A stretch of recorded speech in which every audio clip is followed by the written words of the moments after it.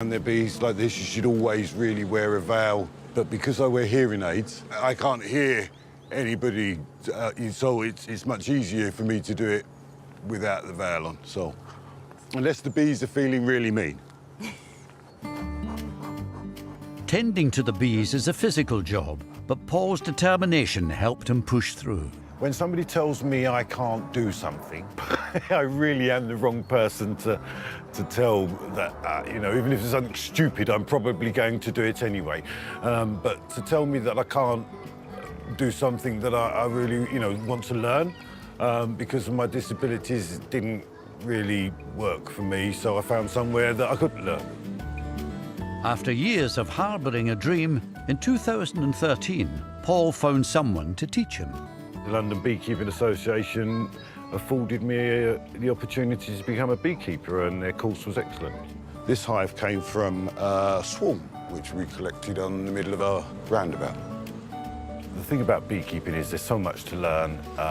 Yes, you can cram it all into a weekend, but you'd never remember everything. So one of the things with the London Beekeeping Association was that you got a mentor for a year afterwards to put into practice everything you learned on the course. Igniting his passion for bees and helping others, Paul set up his own social enterprise. At Bee Naturals, pretty much everything I do is charity-based. We sell our products, honey, soaps, candles, to raise money for different charities. I just like to help people. I get a great sense of satisfaction from that. You know, I have a nice home. My husband and I, you know, we're not rich, but we get along fine. And if I can help somebody else along the way, I actually think that's a nice thing to do.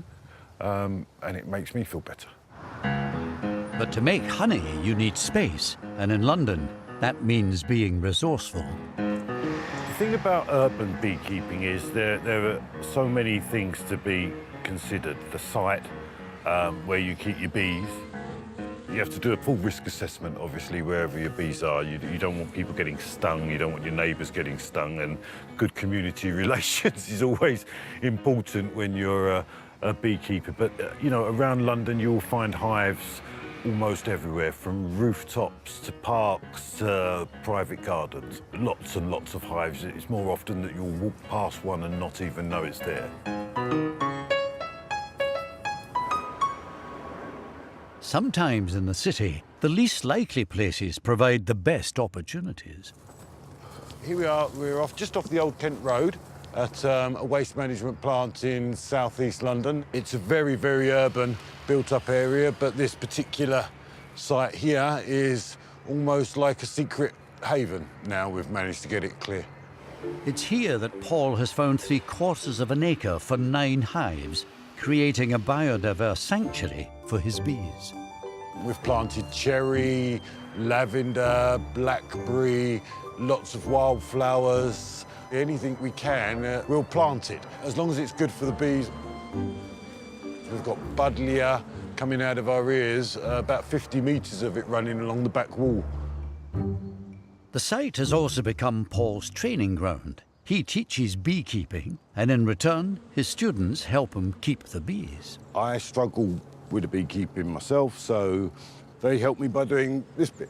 That gets my beekeeping done, they get to learn beekeeping, and it works very well for us as a team. You know, we have a good group of students at the moment this year, and we all work together very well as a team to get all the sites seen to and done. It's a lovely capped brood pattern. I love seeing them every weekend. It's really nice to just open up the hive and see the bees again. It is nice to know that we are participating in actually a very old tradition, and it is a sustainable hobby, and it's, yeah, it is part of a larger picture of helping ecological diversity. Because when we plant flowers here, we're not just planting them for our bees. Actually, some of these flowers are too close to these hives for the bees. They won't forage that close. So it is local pollinators as well. It's the small bees and wasps that also benefit. When he can't call on the help of his students, Paul's husband, Gary, is on hand. To have bees in your garden is an interesting thing to have. I've learned more about bees over the past couple of years than I thought I would ever know was possible to know, and I don't actually work with bees. It's nice to have them around. People ask lots of questions. Everybody wants honey. Everyone wants honey. Everybody wants honey. Absolutely.